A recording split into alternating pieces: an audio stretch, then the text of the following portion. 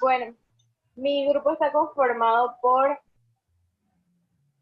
Osmani Martínez, Sergio Cuello, Tania Cabarcas y mi persona Laura López. Vamos a hablar sobre las máquinas térmicas y la segunda ley de la termodinámica. Las máquinas térmicas son un dispositivo que trabaja de forma cíclica, cuyo objetivo es convertir el calor en trabajo. Para ello utilizan unas sustancias trabajables, las cuales podemos tomar como ejemplo el vapor de agua, el aire, la gasolina, para realizar una serie de transformaciones termodinámicas de forma cíclica. Para que la máquina pueda funcionar de forma continua a través de dichas transformaciones, las sustancias absorben el calor como un foco térmico que las transforma en trabajo. Para esto se basan en realizar cálculos o hipótesis. Realizar cálculos a través de hipótesis. Como primera hipótesis tenemos que el gas evoluciona en el interior de la máquina, que evoluciona en el interior de la máquina es ideal. Como segunda hipótesis, asumimos que suele entrar y salir gas de la máquina y se analiza con un volumen fijo, como si fuera siempre el mismo volumen de gas que se calienta o se enfría. Las combustiones que se consideran como aportes de calor deben ser una fuente de temperatura, deben tener una fuente de temperatura elevada, y las expulsiones de calor de gases quemados por las pérdidas de calor que se supone se considera a enfriar en un volumen fijo. Como cuarto, se asume que el proceso que sufre el gas en el ciclo coincide con el estado inicial en el que se encontraba este mismo. Siguiente.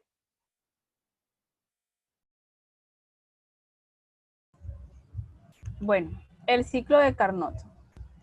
Este ciclo fue creado, la teoría del ciclo de Carnot fue creada en 1824 por Sadi Carnot, quien a partir de sus experimentos nos formula el teorema que dice que ninguna máquina térmica que funcione entre dos depósitos de energía puede ser más eficiente que una máquina de Carnot que funcione entre los mismos dos depósitos.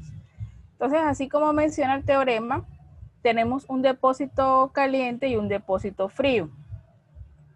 Y se dan dos procesos en este ciclo de Carnot. Entonces, en el ciclo tenemos acá el primer proceso, que sería de A hasta B, un proceso isotérmico en el que entra energía por calor al sistema y este se expande. Luego tenemos de B a C un proceso adiabático, de C a D tenemos un proceso isotérmico. Entonces aquí en el proceso isotérmico esa energía por calor sale del sistema y el gas se comprime. Y finalmente el proceso termina de D a A con un proceso también adiabático. Entonces, tenemos aquí la representación del ciclo de Carnot en el diagrama de presión y volumen. Para calcular la eficiencia del ciclo de Carnot de una máquina, lo hacemos con esta fórmula que vemos aquí, que nos dice que la eficiencia es igual a 1 menos la temperatura fría, que ya está dada aquí en esta parte de la gráfica, cuando ya empieza a salir la energía del sistema, sobre la temperatura caliente, que es acá en este proceso, cuando la energía empieza a entrar al sistema. Siguiente. Bueno, tenemos también en esta segunda, en las máquinas térmicas, las bombas de calor. Entonces, las bombas de calor son o funcionan inversamente a como funcionan las máquinas térmicas. Es decir, ellas captan o extraen energía del ambiente, esa energía térmica que está en el ambiente la transforman acá en el condensador o compresor, haciendo que esa energía se vaporice o que haya una vaporización, generando unas temperaturas bastante bajas, incluso si la temperatura de donde se toma o se capta la energía fría de la fuente fría está bajo cero. Bien, como aquí entonces la temperatura por vapor es tan alta, esa temperatura o esa energía por calor se expulsa del sistema, haciendo que se caliente el entorno donde se encuentra la bomba de calor. Un ejemplo de estas bombas de calor pueden ser los enfriadores, las neveras o los calefactores, quienes entonces, como acabé de mencionar, toman energía de un sistema frío, la transforman y la expulsan a un sistema cerrado donde va a calentar la habitación o el cuarto donde se encuentre la bomba de calor. Acá, entonces, en vez de hablar de eficiencia, hablamos de coeficiente de operación y tenemos dos coeficientes, uno de enfriamiento y uno de calentamiento. Para el coeficiente de enfriamiento, entonces tenemos que la fórmula es Q sub C o calor sobre el trabajo, y en el modo de calentamiento tenemos Q sub H sobre el trabajo también. Entonces miremos que acá energía que tomamos fría y acá caliente. Siguiente.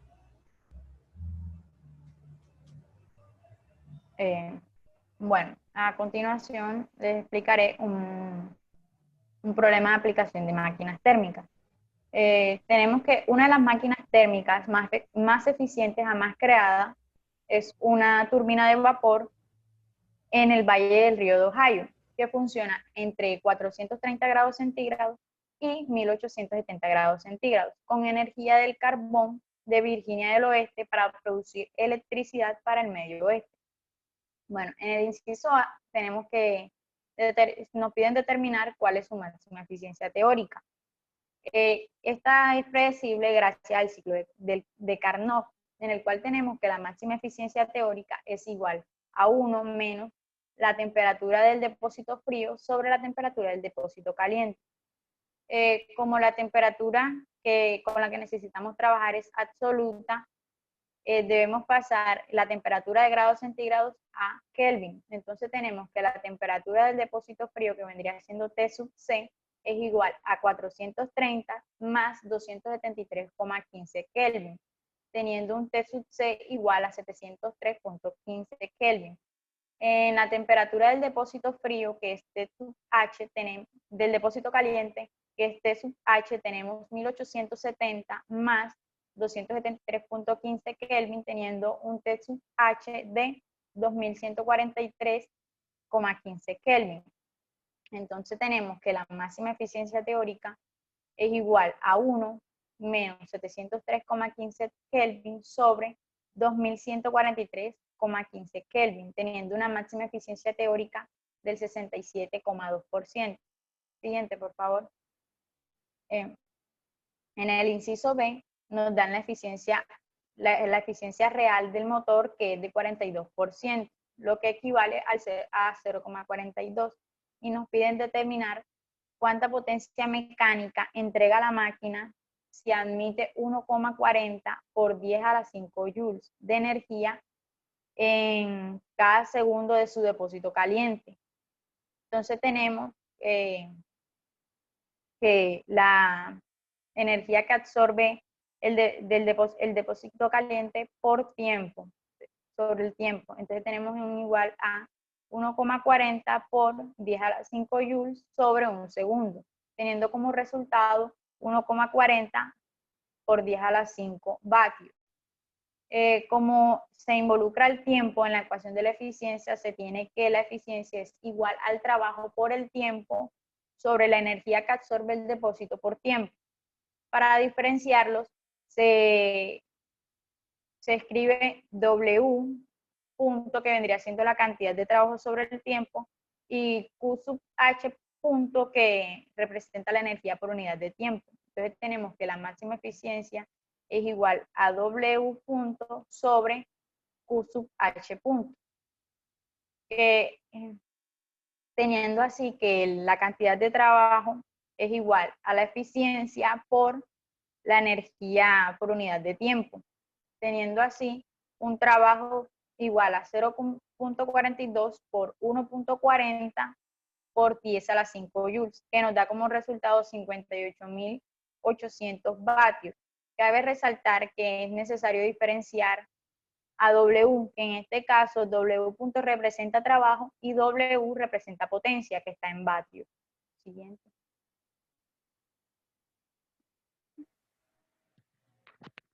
Ok, hablando de la segunda ley de la termodinámica, el segundo principio de la termodinámica es uno de los más importantes de la física, aún pudiendo ser formulado de muchas maneras. Todas ellas llevan a la explicación del concepto de irreversibilidad y de la entropía. En este último concepto, cuando es tratado por otras ramas de la física, sobre todo por la mecánica estadística y la teoría de la información, queda ligado al grado de desorden de materia y la energía de un sistema. La termodinámica, pues por su parte, nos ofrece una explicación física de la entropía que queda asociada con la cantidad de energía no utilizable de un sistema. La definición que nosotros manejamos, una definición formal del segundo principio de la termodinámica, pues nos establece que en un estado de equilibrio, los valores que toman los parámetros característicos de un sistema termodinámico aislado son tales que maximizan el valor de una cierta magnitud que está en función de dichos parámetros llamado entropía. Cuando hablamos de la segunda ley de la termodinámica, nos encontramos con muchos enunciados de maneras diferentes. Nos encontramos con el enunciado de Kelvin Planck, por ejemplo, que dice que es imposible construir una máquina térmica que, funcionando en un ciclo, no produzca otro efecto que la entrada de energía por calor de un depósito y la realización de una cantidad igual del trabajo. Esto nos quiere decir en pocas palabras que no existe una máquina térmica que convierta toda la energía interna en trabajo útil. No existe una máquina térmica con una eficiencia del 100%. Siempre va a haber un residuo de energía que se arroja al depósito frío.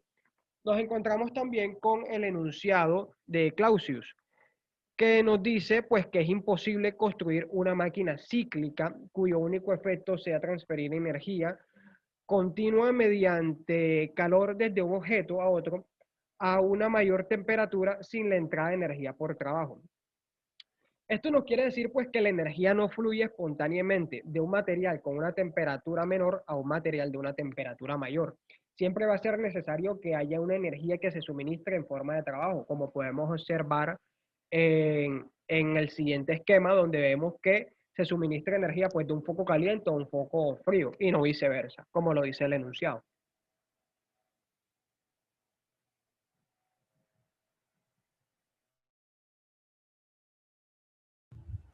De acuerdo a lo que acabo de mencionar el compañero, entonces un dato importante en el ciclo de Carnot es que teóricamente este ciclo nos va a aportar la máxima eficiencia que puede tener una máquina térmica si sabemos cuál es la temperatura a la que esta máquina opera.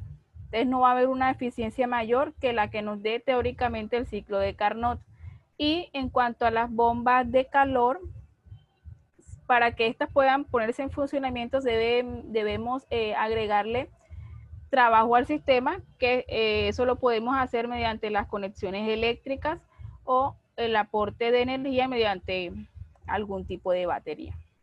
Bien, tenemos ahora entonces este ejercicio que nos dice que una muestra de un mol de gas ideal monoatómico se lleva a través de este ciclo, de este ciclo. En el punto A, la presión, es decir, aquí en este punto la presión, el volumen y la temperatura son iguales a P sub I, B sub I y T sub I. Y en términos de de R y T sub I, nos piden encontrar la energía total que entra al sistema por calor por ciclo. Bien, entonces analicemos. Nos dice que una muestra de gas de 1 mol y que además ese gas es monoatómico. Entonces, en base a eso, podemos tener de una vez cuál es la el calor específico para ese gas que es monoatómico. Bien. Para poder calcular la energía total que entra al sistema, vamos a hacerlo de acuerdo a las partes del ciclo. Entonces empecemos acá, de A hasta B.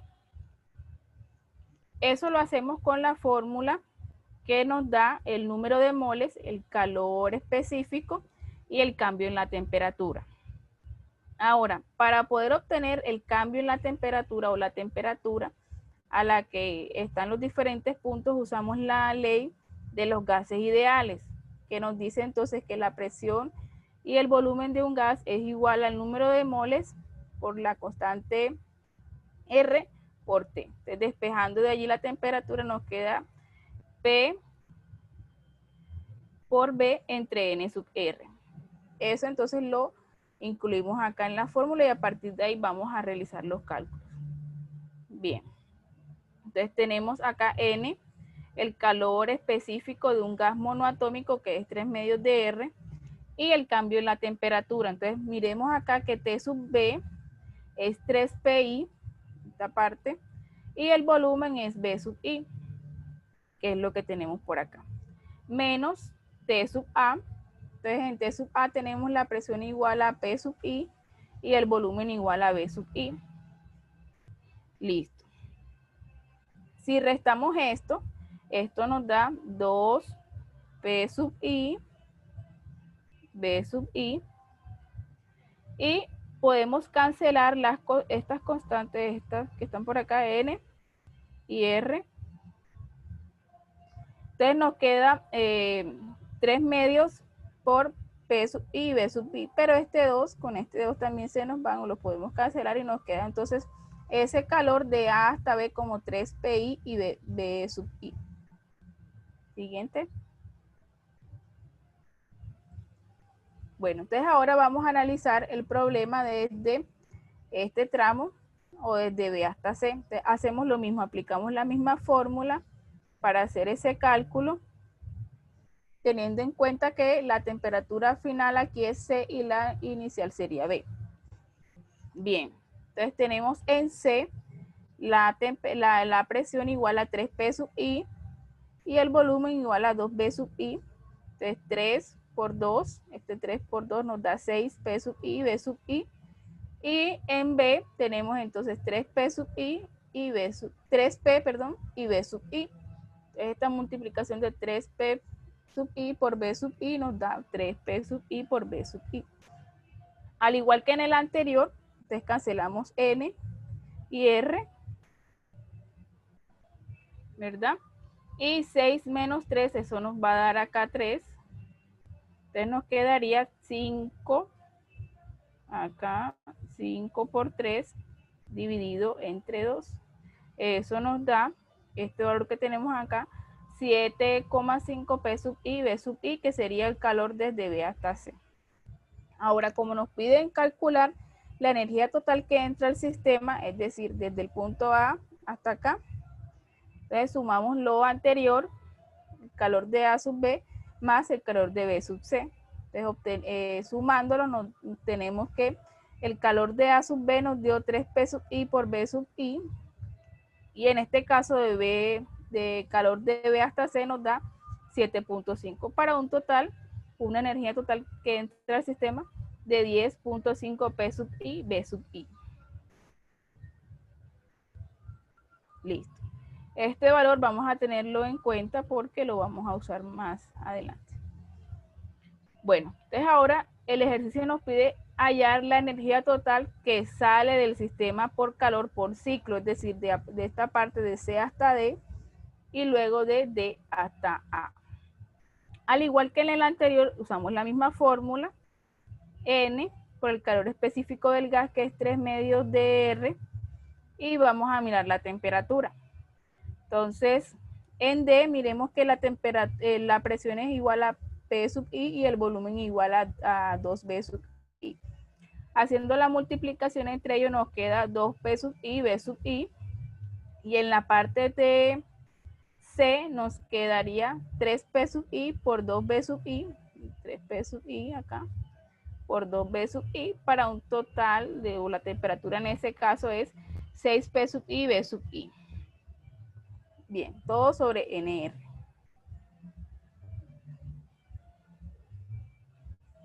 Bueno, vamos entonces ahora con D. De D hasta A, hacemos lo mismo que en el anterior, usamos la misma fórmula, tenemos N, el calor específico para el gas, que es 5 medios de R, y observemos acá que entonces, aquí en A, que sería el punto final, en este caso, tenemos P sub I, B sub I, que es lo que tenemos aquí, y en D tenemos P sub I por B sub I, entonces eso nos queda 2P sub I, B sub I, todo dividido entre NR. Cancelamos aquí NR y aquí nos quedaría entonces 1 menos 2, entonces nos quedaría menos 1, y este menos 1, P sub I, B sub I, lo multiplicamos por 5 medios para un total de la energía en este tramo de 2.5 P sub I, B sub I. Ahora, como nos piden la energía total que sale del sistema, es decir, vamos a mirarlo desde la parte del ciclo CD y DA. Entonces teníamos en el ciclo CD esa energía que sale por calor igual a menos 6 P sub I, B sub I, y en el ciclo de D hasta A, esa energía que sale del sistema por calor como menos 2,5 P sub I, B sub I, para un total de menos 8.5 P sub I, B sub I. Bueno. Por otra parte, entonces el problema también nos pide calcular la eficiencia de una máquina que opere en este ciclo que tenemos aquí. Eso lo hacemos teniendo en cuenta que el trabajo neto es igual a 2P sub I, B sub I. Y la eficiencia en este caso está dada por el trabajo neto y la cantidad de calor que entra al sistema o QH, Q sub H.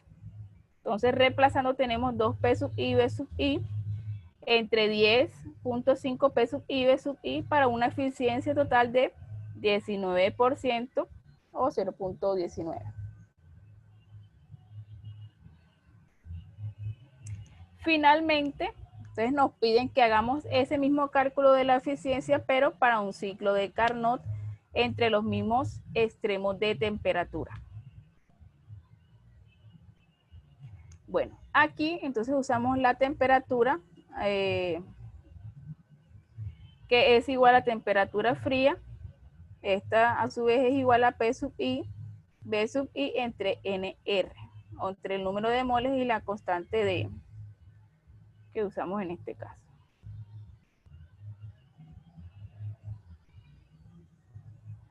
Bueno, reemplazando esos datos, entonces nos queda que 6P sub I, B sub I entre NR, esto sería una de las partes de la eficiencia de la temperatura, perdón, de ese ciclo. Y al reemplazarlo en la fórmula de la eficiencia del ciclo de Carnot nos queda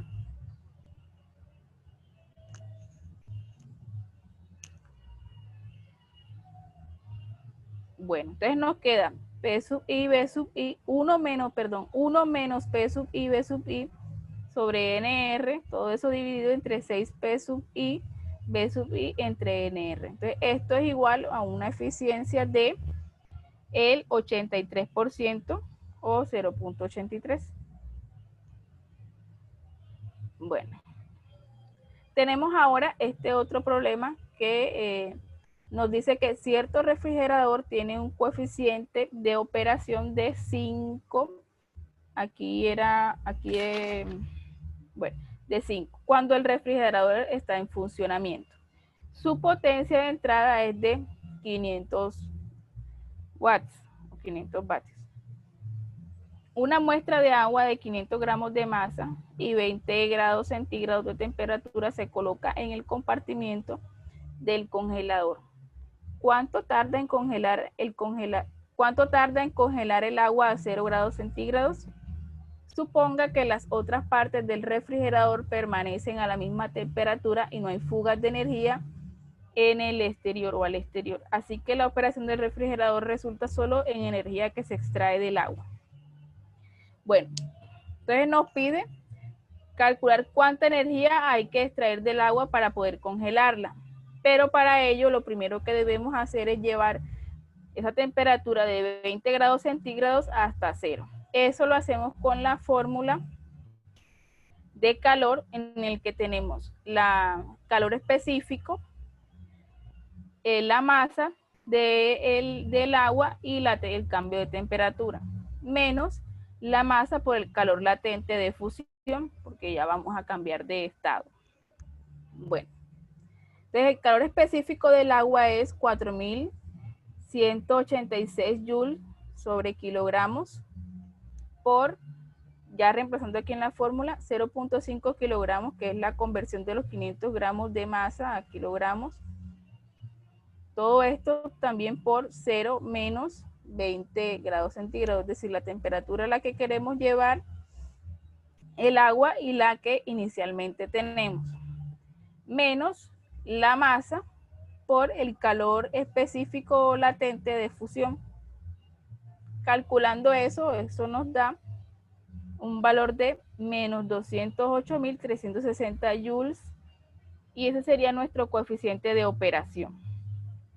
Ahora, ese coeficiente tenemos que es igual a Q sub C entre el trabajo.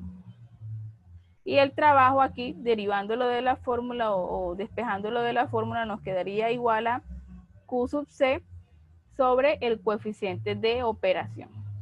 Bien. Reemplazando los datos que tenemos el coeficiente de operación que es igual a 208.360 porque es temperatura fría, o sea que es positivo, entre 5, que es la masa, el coeficiente de operación. Todo eso entonces nos da un valor de 41.672 joules.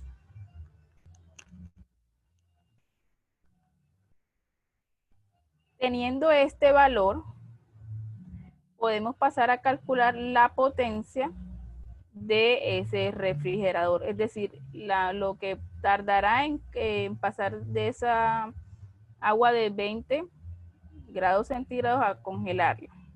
Entonces la potencia es igual a trabajo entre tiempo,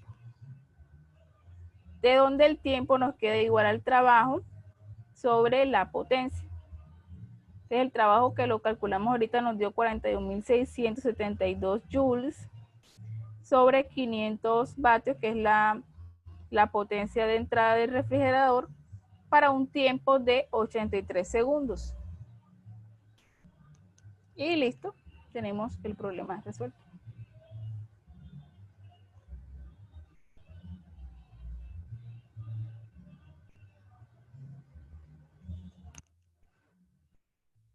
Bueno, ha sido un gusto.